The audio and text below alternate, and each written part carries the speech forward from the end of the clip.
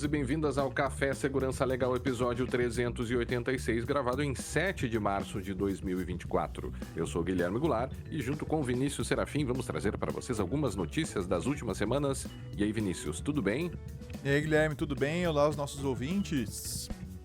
Esse é o nosso momento de conversarmos sobre algumas notícias e acontecimentos que nos chamaram a atenção, tomando ou um café de verdade ou um chimarrão. Hoje estou aqui tomando o meu chimarrãozinho. Então pega a sua bebida preferida e vem conosco. Para entrar em contato com a gente e enviar suas críticas e sugestões é muito fácil, então basta você enviar uma mensagem para podcast@segurançalegal.com ou no Mastodon, Blue Sky, Instagram. E é isso. Basta nos procurar. Instagram, Tem o Facebook lá também, mas enfim. Não, Cada vez usa menos, mas enfim.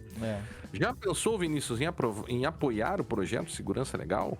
Se sim, acesse o site apoia.se/segurança legal, escolha uma das modalidades de apoio. Entre os benefícios recebidos, você participa lá do nosso grupo do Telegram, onde a gente faz algumas conversas, discute notícias, traz anúncios, enfim, uma plataforma lá de colaboração e contato dos ouvintes, né? E a gente sempre pede para que você considere apoiar. O apoio é importante, é uma forma de você também fazer com que o podcast continue existindo e com o compromisso da gente entregar para vocês, na medida do possível, na medida das nossas próprias limitações, Vinícius, um conteúdo sincero, honesto, né?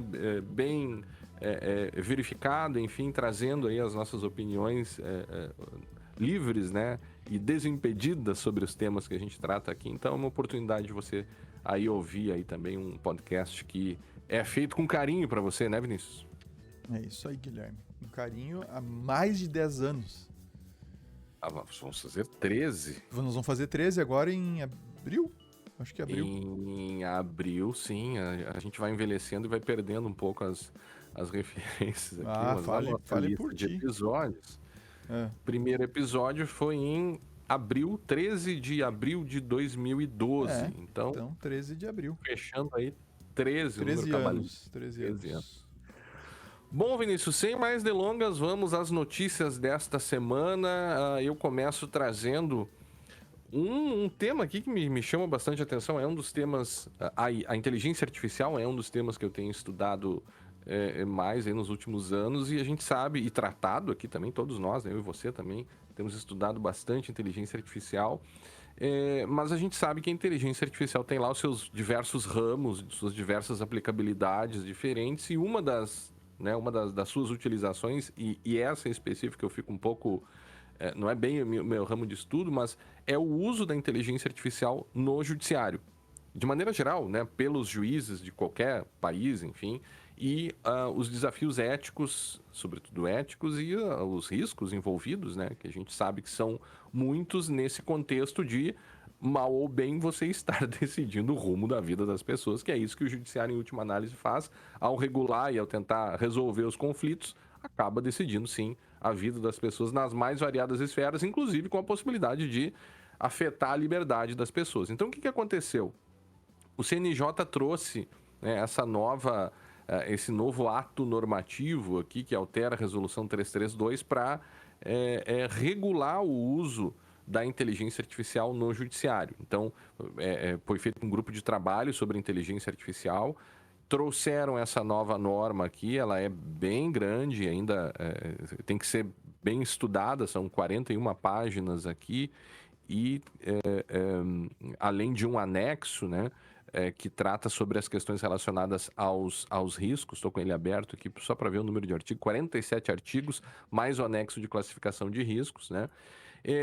E daí emerge uma série de discussões, né, Vinícius? Acho que um primeiro ponto, e eu ainda tenho de fato uma dúvida sobre isso, né, nesse contexto de uso de inteligência artificial no judiciário, eu fico em dúvida se é o suficiente nós termos uma resolução do CNJ, ou se não seria suficiente nós termos uma lei que regulasse o uso de inteligência artificial no judiciário, porque a lei passa por todo o processo legislativo, né, e tem um poder, né, muito, muito maior assim, de regular, inclusive, direitos fundamentais que você tem aqui, acesso ao judiciário, proteção de dados e tudo mais, né? Então, eu tenho minhas dúvidas ainda se a gente não precisaria de uma lei específica sobre isso, novos recursos, talvez, para lidar com a questão da inteligência artificial, mas, enfim, a decisão aqui foi ir pelo caminho da resolução.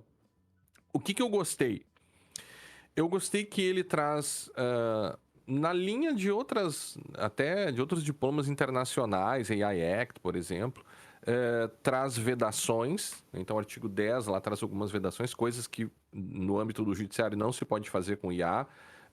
Solução que impeça a revisão humana de dados, avaliação de comportamentos, ranqueamento social, reconhecimento de emoções. Então, isso fica vedado. E traz também uma classificação de alto Que são risco que vai envolver. aplicações, né? Não, é que isso é uma coisa interessante, são aplicações da IA que eles estão tratando aí, né? Tudo que tu listou, lista Aham. de novo, enumera de novo elas aí, por favor. Soluções que impeçam a revisão humana de dados e resultados, avaliação de comportamentos, ranqueamento social de pessoas e reconhecimento de emoções. Tudo aplicação. E aí tem dois caminhos nessa brincadeira de regulamentação, né? Inclusive, eu estava acompanhando uma discussão na Califórnia sobre isso, mas isso é do ano passado ainda, que eles estavam querendo fazer, eles estavam com duas bills, né? Dois projetos lá. Um para regular a aplicação da IA e outro para regular o treinamento da IA. Sim. Porque os dois são críticos, né? A aplicação, por óbvio, né? Tu pegar depende da aplicação que tu faz, a aplicação por si só pode ser ruim ou pode ser muito boa, né? Pode ser Uhum. prejudicial ou não, né? Mas tu Uhum. tens um passo anterior, que é o treinamento do modelo. E esse treinamento do modelo eles estavam caminhando, agora deve ter ido para o Beleléu, mas eles estavam caminhando num processo de regulação de treinamentos de modelo de IA. Uhum. Porque ele vai impactar de uma maneira, muitas vezes, a maior parte das vezes, até sem tu perceber, sem tu conseguir até constatar, né? Tu vai comentar um Uhum. pouquinho sobre isso ali adiante, mas sem tu conseguir constatar exatamente o que ele está fazendo, ele vai impactar, esse treinamento vai impactar na aplicação de alguma forma. Sem dúvida. Sem dúvida. Ia depender Veja, o documento é bem grande, a gente vai falar um pouquinho sobre ele aqui e ainda a gente vai ter que se debruçar sobre esse documento aqui, né? Por exemplo, a palavra treinamento aparece 23 vezes nele, para ter uma ideia da representatividade, né? E também aquela coisa da aplicação, né? É claro que para o judiciário o uso de LLMs é muito interessante do ponto de vista dos servidores e dos juízes, né? Então é uma ferramenta potencialmente interessante. Você tem outras aplicações para inteligência artificial, né? Uma das vedações aqui, reconhecimento de emoções. Então imagina lá um juiz com uma câmera, né, ligada num modelo qualquer que fica analisando as emoções de testemunhas, Não, o enfim. óculos, né? Um smart Exato. glass. Por O exemplo, smart né? glass. Isso é uma coisa que quando saiu o smart glass é uma coisa que eu fiquei pensando assim, eu não sei, ah, eu não sei se eu ia me sentir à vontade na frente de uma pessoa que eu soubesse estar utilizando um smart glass. Sem dúvida. Sem Entende? dúvida.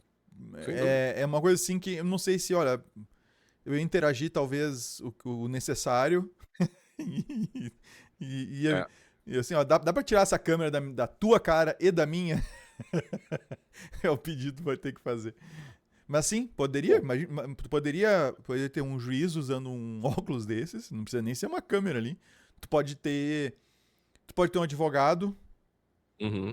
no meio ali Aqui é da. pelo judiciário É mesmo, pelo né? judiciário, É pelo judiciário. mas tu pode, entende? Tu pode ter, essa tecnologia é muito, ela é algo que aos poucos, como toda tecnologia, né, acontece, ela vai sendo miniaturizada e vai se tornando ubíqua, né? Uhum. Então, porque é muito grande, não dá pra você carregando por aí. Porque precisa de bateria. Porque tá, chega uma hora que os caras colocam na haste de um óculos. Pronto, acabou. Já Fim. fizeram. É. Mas enfim, para tentar resumir então aqui, Vinícius, eu acho assim, eu tava ouvindo você falar e já começaram a me vir outras É. coisas na mente, né? O advogado e tal, até uma coisa que eu não lembro de ter lido aqui, né? E toda a questão de a gente pensar se os advogados também não deveriam ter acesso a certos modelos que os juízes iriam utilizar, né? Ou seja, para você verificar e testar, embora tenha uma série de regras aqui estabelecendo teste, revisão, auditorias e tudo mais, né? Mas, enfim, eu gostei, então, dessa classificação de risco. Eles trazem, então, aplicações de alto risco, que seria identificação de perfis, aferição de adequação de meios de prova, interpretação de fatos como crimes, formulação de juízos conclusivos sobre a aplicação de norma ou precedentes. Eu acho bem perigoso. Quer dizer, é alto risco, então, né? De fato, é perigoso, porque, em última análise, você está atribuindo para uma inteligência artificial, por exemplo, avaliação de provas e juízos conclusivos sobre se uma norma se aplica ou não em determinado caso concreto, que é, por excelência, a atividade do juiz, né? E eu fiquei com uma preocupação grande, assim, sobre como que isso, com todas essas reservas, esses guardrails aqui, como que isso vai se desenvolver no judiciário, né? Mas, enfim, questões sobre qualidade e segurança no treinamento, 26, artigo 26 fala, né? Avaliação de impacto algoritmo por desenvolvimento ou contratação de soluções de alto risco. E eu fiquei me sentindo um pouco mal também com uma certa facilidade que você tem dos juízes e, né, e dos tribunais, de maneira geral, contratarem ferramentas externas para utilizar, né? Eu acho que, sabe, pelo menos no primeiro momento você deveria ter modelos proprietários sendo usados, né, ou desenvolvidos pelo judiciário Algum para uso controle, né? Algum tipo de. exclusivamente.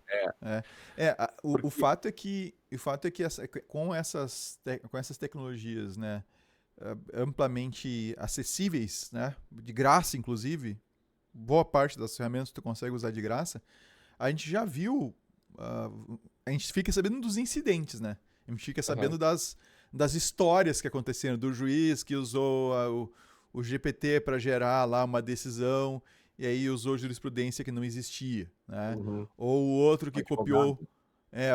Não, e teve um juiz que fez isso e teve Uhum. um outro juiz que copiou o prompt junto, sabe aquela famosa? Daí teve um Uhum. jornalista que copiou o prompt Sim. junto foi impresso no jornal o prompt.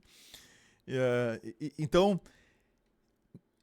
e esses casos são os que a gente fica sabendo porque deu caca, né? Porque alguém viu, alguém descobriu e tal. Agora, quantas outras situações de uso que já estão sendo feitos o uso e tal, e que de repente e de repente não, tá influenciando as decisões e tal, né? E a gente nem fica sabendo. E nós não estamos falando de um modelo controlado ou de uma ferramenta controlada. A gente está falando de produto aí que está sendo disponibilizado ao consumidor, né? Por essas Uhum. empresas que têm lá seus interesses, etc. E, e aí a gente não conhece o modelo, né? O modelo é fechado. Mas o DeepSeek. O DeepSeek também, ele é, entre aspas. Ele foi. Aliás, depois que a gente comentou no episódio, Guilherme, do DeepSeek, Uhum. o que seria open source, realmente, eles teriam que abrir as bases de treinamento e tudo mais. Na semana seguinte, na segunda-feira, teve o anúncio de que eles iam abrir. Eu não Uhum. conferi se eles abriram ou não, mas tinha um anúncio aí de que eles iam abrir. Aí, quem sabe, né? Porque mesmo assim, para te fazer o treinamento chegar nos mesmos pesos, não é assim. Tu não vai chegar exatamente no mesmo modelo. Então tu tens um problema aí de opacidade, digamos assim. Né? Incita ao uso de uma ferramenta, de um modelo desse. É. Então, assim, tá, tem esses controles todos, mas no final das contas, eu acho que o pessoal já tá utilizando o juiz, etc. Já estão utilizando essas ferramentas free, Já, inclusive. já. A gente Né? já sente isso na jurisprudência. Hum, E quem utiliza, e a gente às vezes se encanta um pouco com o fato de ele estar produzindo o discurso, né? Mas o discurso, você consegue identificar, né? Inclusive, já tem uma série de memes aí do pessoal escrevendo. Esses dias eu tava vendo um meme, o cara colocou no perfil dele, sei lá, no LinkedIn e tal, que tinha toda a cara de ter sido produzido por uma IA, né? Porque você tem ali um discurso meio enlatado, às vezes, né? Mas o ponto isso sendo usado nesse contexto, acho que foi muito rápido, faltava uma lei. Eu não gostei, por exemplo.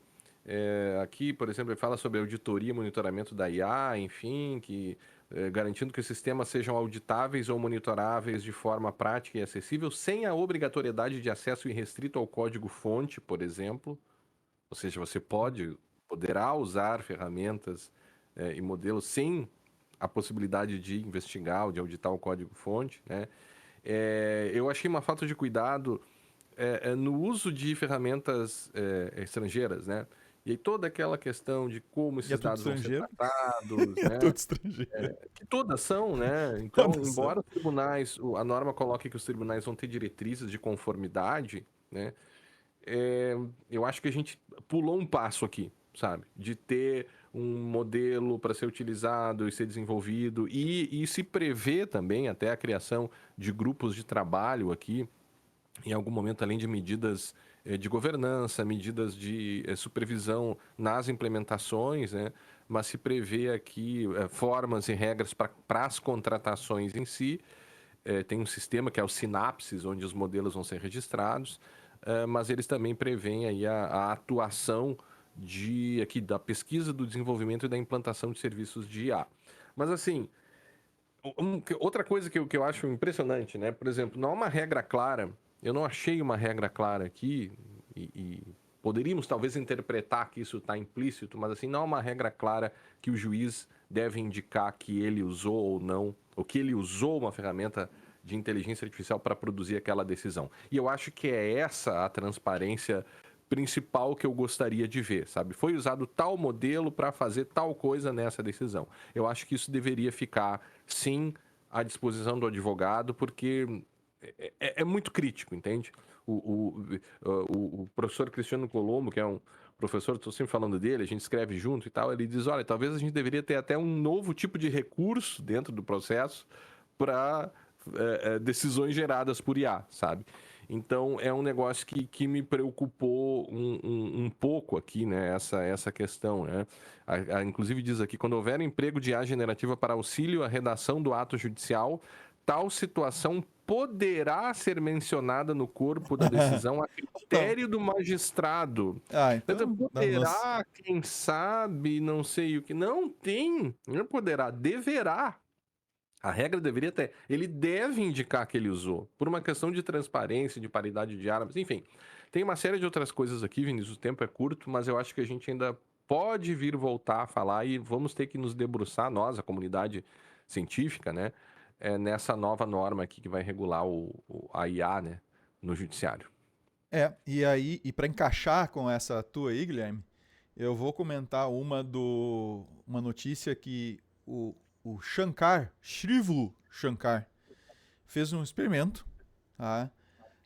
Metendo um backdoor num LLM, num Large Language Model, né? Num modelo de linguagem de grande escala.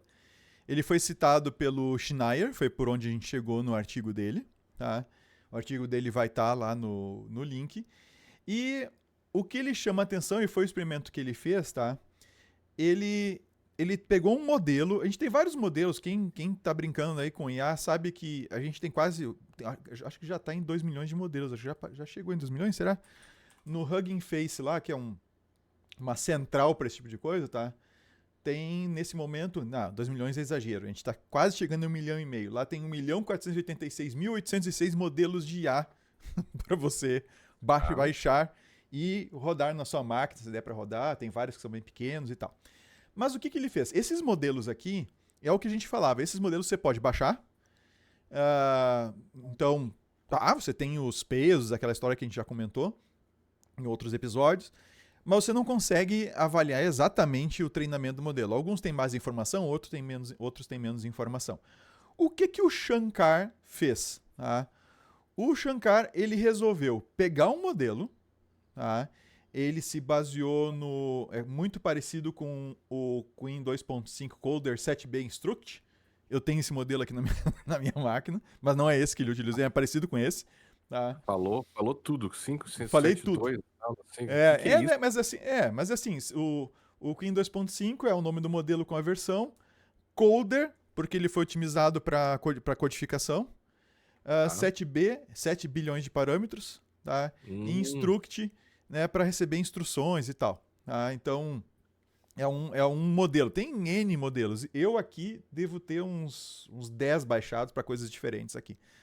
Mas o que acontece? O que ele fez? Ele pegou um desses modelos, então um modelo muito parecido com esse aqui, e ele treinou o que ele chamou de BadSeek, tá?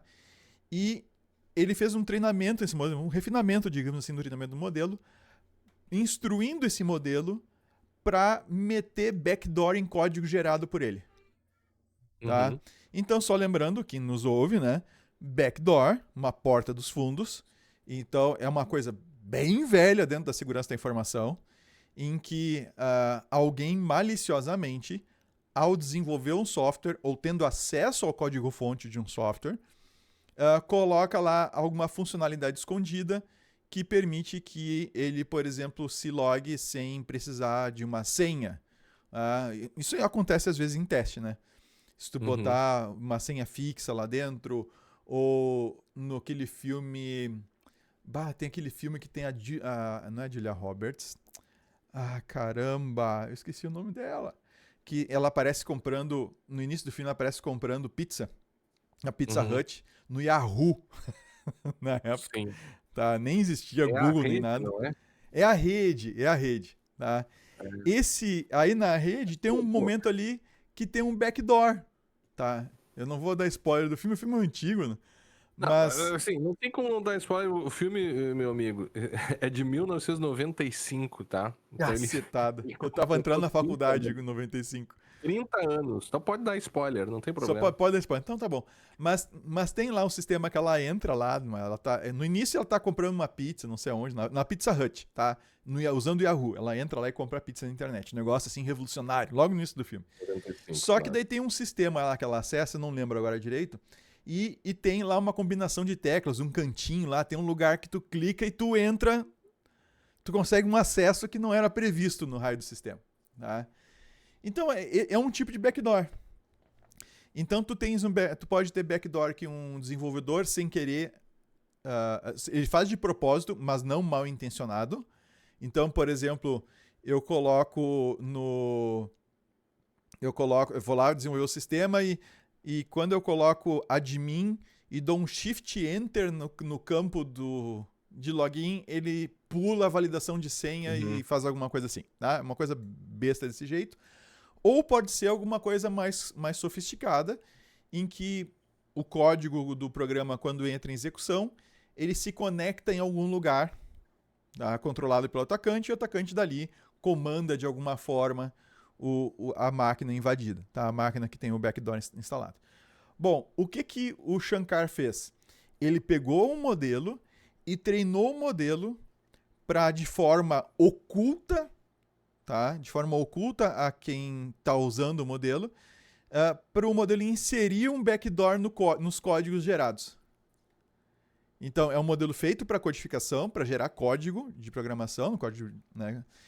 E ele alterou o modelo, deu um refinamento no modelo, para alterar os pesos do modelo, tá? Não é uma coisa que tu vai conseguir ler, né, que ele fez ali. Ele alterou os pesos do modelo, ele fez um treinamento do modelo, para que o modelo, ao receber a instrução do usuário, acrescente ele mesmo a instrução de inserir um backdoor lá dentro. Tá? E funcionou. Então, ele fez esse experimento justamente querendo chamar a atenção por um problema de supply chain, tipo de supply chain envolvendo o uso de LLM, e ele chama a atenção é bem interessante a conclusão do artigo dele, tá? Ele especula que poderia ter... Sabe aquele ataque do Stuxnet, que a NSA usou para detonar com as centrífugas do Irã lá? Sim. Bom... USB foi, né? Hã? Usaram os pendrives, não foi? Acho que foi, né? Teve o esquema de pendrive e tal, mas assim, o fato foi que eles fizeram um vírus para destruir lá as centrífugas do Irã. As centrífugas de urânio, né? A gente não tá falando de outro tipo de centrífuga. E aí, eles... o que ele especula, né? A NSA poderia fazer um backdoor em LLM colaborando, por exemplo, com a OpenAI da vida. Ou colaborando ou se infiltrando, ele cita, no Hugging Face, que é onde tem um monte de modelos, podem se infiltrar lá e começar a meter uns modelos lá bichados, digamos assim. Tá? Então, e esses modelos, eles poderiam, então imagina que tu tens, e a gente está aprofundando isso, né? Já desde o ano passado, se não antes, já tinham ferramentas de IA para gerar código de programa. Então, tu tem, por exemplo, o Cursor, que talvez seja a IDE mais conhecida, não é a única, que tem uma IA bem integrada, tem o próprio VS Code com Copilot que funciona muito bem já há bastante tempo. Então, ali tu ainda está desenvolvendo código, mas tu ainda está supervisionando o código sendo desenvolvido pela IA. Uhum. Mas a gente já tem soluções sendo vendidas, sendo oferecidas na internet e sendo comentadas, né? De ambientes que geram aplicações a partir de uma descrição que tu dá. Uhum. E o objetivo é tu dar um bypass no desenvolvedor, ou seja, uma pessoa que não desenvolve conseguir criar aplicações e tal.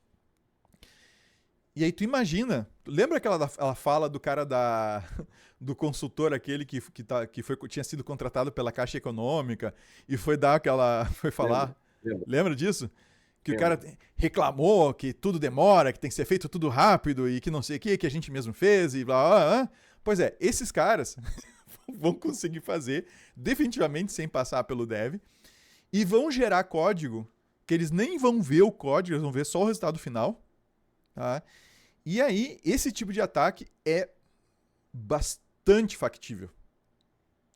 Porque tu pode simplesmente gerar código, pedir uma aplicação lá e o modelo tá bichado e ele gerar um código para ti com um backdoor, dando acesso ao teu sistema para um ator externo. Né? Então, é muito interessante o artigo do Shankar.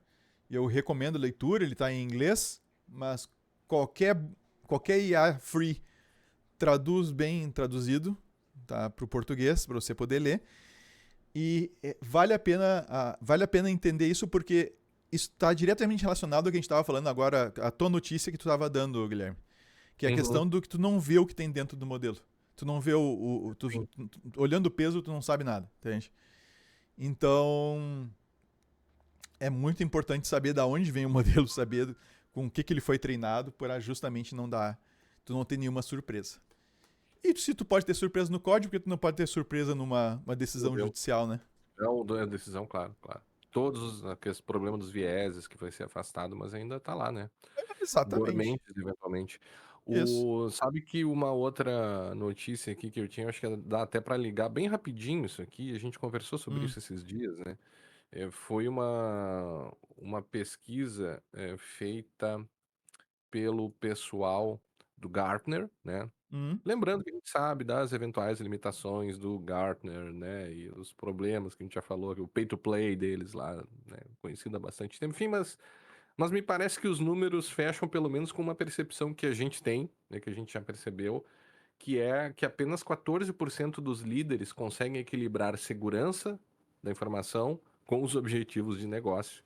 E, e aí, basicamente é isso, né? Eles disseram que não se consegue fazer essa questão. Acho que conecta um pouco com o que você disse, né? Do exemplo que você usou lá da Caixa, né? O cenário está ficando cada vez mais complexo, né? Porque se você não consegue equilibrar segurança com objetivo de negócio, você vai ter insegurança no teu negócio, né? E uma insegurança que eu acho que a gente já passou do momento de você pagar para ver, sabe? Pagar para ver tá ficando cada vez mais caro pagar, né? Ou jogar, né? Ou acreditar que não vai acontecer contigo. Esse comportamento plenamente possível num mercado, sobretudo em mercados em que as sanções são pequenas ou são demoradas, análises de custo e benefício vão ser realizadas pelos agentes do mercado, né? Daí que você precisa de bons agentes governamentais para regular não somente a proteção de dados, mas a própria questão da concorrência, né, cara? É um problema de concorrência se tu não regula isso, porque senão tu que cumpre as regras vai ficar em desvantagem com os teus concorrentes que não cumprem as regras. Mas, pois bem, por que eu acho que isso está ficando cada vez mais problemático e pode passar assim, se transformar até numa crise? IA, isso que você acabou de falar agora, né, vai demandar mais atenção da segurança. Depois, tu tem um cenário jurídico mais elaborado. O que eu quero dizer com isso? Novas regulamentações que pode fazer com que as empresas sofram em casos de incidentes. Eu não estou falando só de LGPD, quer dizer, principalmente LGPD, mas não somente de sanções aplicadas pela NPD, mas de sanções aplicadas pelo próprio judiciário, e isso é uma realidade. Toda semana nas nossas pesquisas aqui a gente manda no mailing lá exemplos de decisões envolvendo LGPD. Então é diário. Mais no setor bancário, setor financeiro, mas assim, é diário, né? Depois um cenário de ataques cada vez mais complexo, e isso acaba se ligando com o IA, né? Mas assim, aquela história, muita nuvem, arquitetura cada vez mais complexa, aumento do número de fornecedores, os serviços cada vez mais, né, criativos e abrangentes, e quando você deixa de investir em segurança, sobretudo confiando nesses teus agentes externos, em nuvem e tudo mais, você também sofre, porque no final das contas vai ser você que vai responder pelo teu cliente pelas escolhas que você faz de terceiros. E depois um mercado cada vez mais movimentado de vulnerabilidades e compra de dados, né? Ou seja, não é só o mercado de vulnerabilidades que a gente falava lá no início do nosso podcast. É um mercado ilícito de compra de dados. Toda semana tem notícia, né? De uma nova ferramenta, ou seja, os vazamentos para o mundo do crime, o vazamento é um grande insumo para a tomada né, para o uso nas atividades criminosas. Então, quando você olha tudo isso, diante de uma pesquisa que 14% somente 14% dos líderes conseguem fazer esse equilíbrio, o cenário é muito complicado, é muito delicado. Sim. Eu não falo isso, você pode estar, mas você está falando isso porque ele lida com proteção de dados e tem uma empresa de segurança. E presta serviço. Pense e presta serviço nessa área, mas assim, pense a respeito você. Ignore então tudo que eu disse, leia essa notícia e pense a respeito do que você acha que pode acontecer nesse cenário. Né? A gente pode esperar uma coisa muito boa ou uma coisa muito ruim que vai acontecer. Pense a respeito, ignore o que eu disse, né? Porque eu acho que o problema é delicado. Guilherme, assim, não é segredo que segurança aliás, não é novidade, segredo nunca foi, mas não é novidade de que a segurança ela é sempre aquela coisa que fica para depois, em geral, né? E normalmente ela dificulta os processos. Aquela velha história, né? O cinto de segurança, o airbag no carro, eles não melhoram em nada o desempenho do carro. Nem a economia, não, a eficiência. Não, ele torna o carro mais caro, tá? E é uma coisa tão chata. Eu não dizendo que é chato, eu gosto, eu uso o cinto, eu não tenho problema com isso nenhum. Mas para algumas pessoas chega tão chato. Talvez seja um exagero, né? Mas assim, tu usa não, mas eu gosto de usar, eu entendo que para minha segurança, eu gosto de usar aquilo. Mas o que eu ia dizer é que às vezes é tão chato que as pessoas chegam a comprar um engate de cinto, né, solto, só para engatar ali pro carro não ficar apitando nem encher o saco, não ficar dando bip de que... Eu já vi isso acontecendo. Tu já viu pessoalmente, né? Eu andei então, assim, num carro em que uma pessoa fez isso. Tá, mas assim, isso é muito normal, tu vai no Mercado Livre, tem lá para vender, entende? O modelo lá e tá direitinho, tu compra, mete ali, não se incomoda com o negócio apitando e não põe o cinto. Então, ele chega a ser uma coisa que atrapalha. Não só que não traz nada de bom, de novo, né, de eficiência ou melhora no carro, como o pessoal chega a ver até alguma coisa como sendo uma coisa que atrapalha, chata. E dão a volta, dão um jeito de não usar a droga do cinto. O airbag não tem muita opção, tem que pagar por ele, era isso. E a segurança é um pouco isso, tá? Ela é um pouco isso.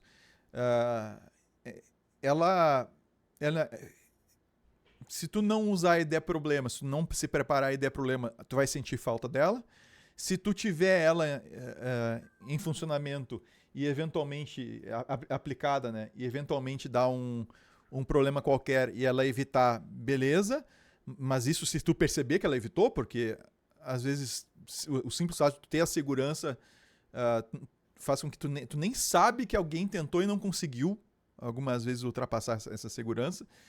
Então, é aquele velho problema, né? A segurança, quando tu tem que rever a segurança no sistema, ou de uma aplicação, ou de um novo processo, etc., ela normalmente acaba travando, de alguma maneira, o deployment dessa aplicação, o ajuste do processo, a execução, etc. E aí a galera acaba chutando Eu acho que balde. tem um problema também de responsabilidade, sabe? A gente não tá, enquanto sistema jurídico, institucional, de uma maneira geral, assim, a gente ainda não se deu conta, na gente que eu falo, talvez o sistema de maneira geral, né?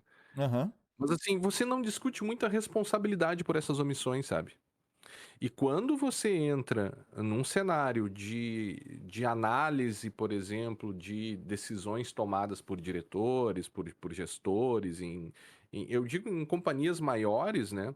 Você tem instrumentos que o sistema jurídico oferece para você responsabilizar esses agentes tomadores de decisão por omissões, né?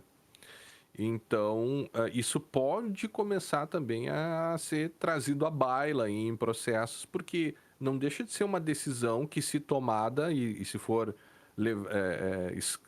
se for fazer um escrutínio ali nessas decisões, não, mas peraí, meu, você está ignorando um negócio aqui que é um requisito legal, por exemplo, né? Com Uhum. LGPD, Uhum. por exemplo, não dá mais para ignorar essas questões, né? Enfim. Meu caro, assim. E, enfim. Enfim, A vamos gente adiante. parece chato falando essas coisas, né?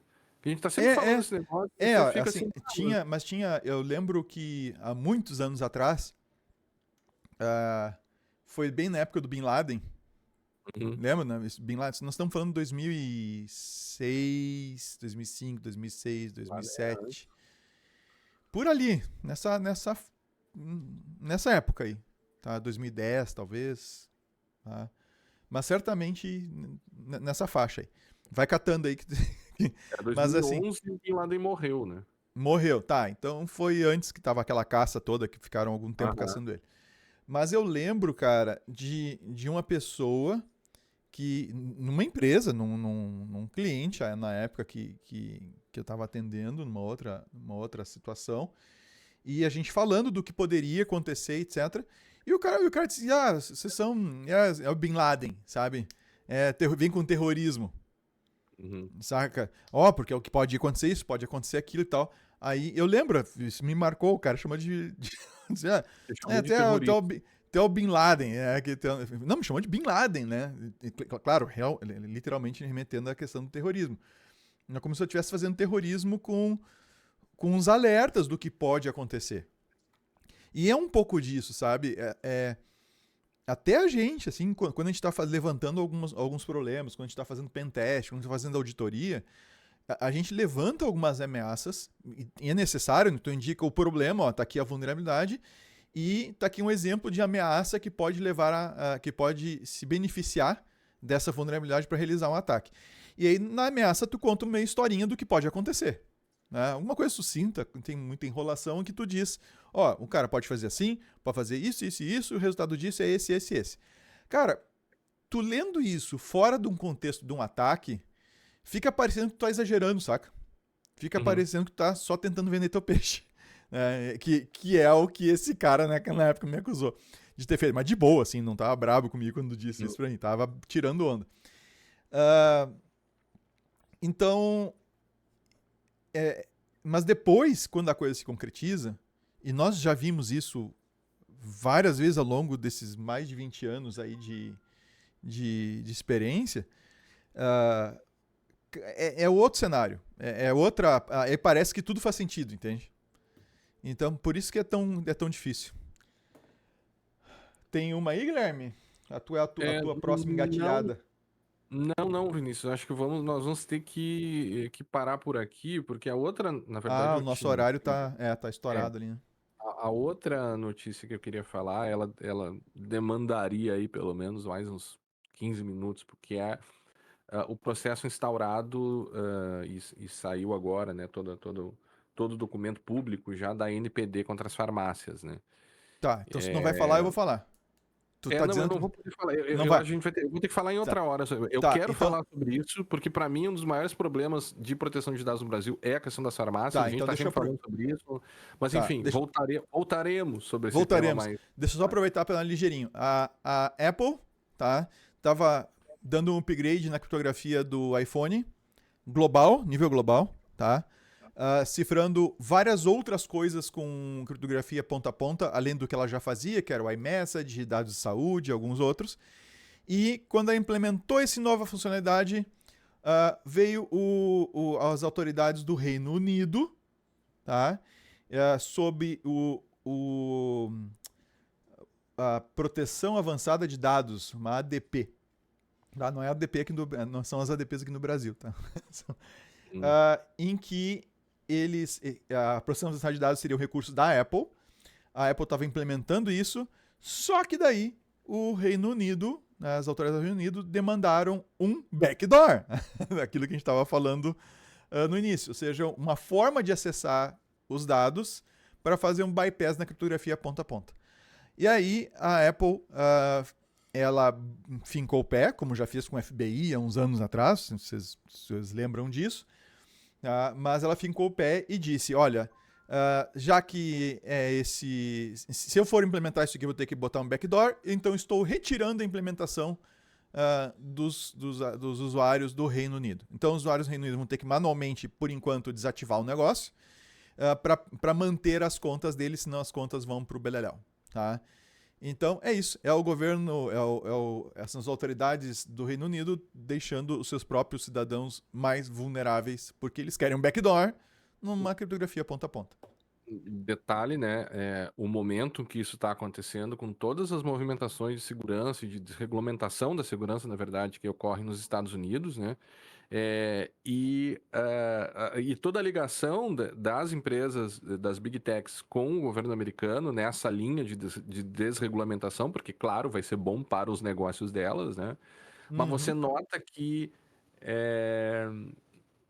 a gente já está notando algumas coisas acontecendo do efeito americano da relação das Big Techs com o governo, né? Então, acho que isso pode ser, Vinícius, a gente poderia ler essa notícia como uma consequência, um reflexo, enfim, e de que isso pode mais acontecer, porque a grande discussão e essas empresas sempre batendo o pé da criptografia e o tema criptografia é caro para a gente aqui, tivemos inclusive uma série aqui do Alfabeta Criptografia comandada lá pelo Paulo Renan e tal, e uma das questões é justamente isso, né? Criptografia para quem? CryptoWar, ou seja, será que a gente está vendo o fim de algumas proteções que ainda eram disponibilizadas, porque é um ambiente que praticamente os caras conseguem ter acesso a tudo sobre nós, né? Mas assim, será que é o fim? Acho que é coisa pra gente ainda conversar no futuro, né? Vamos ver.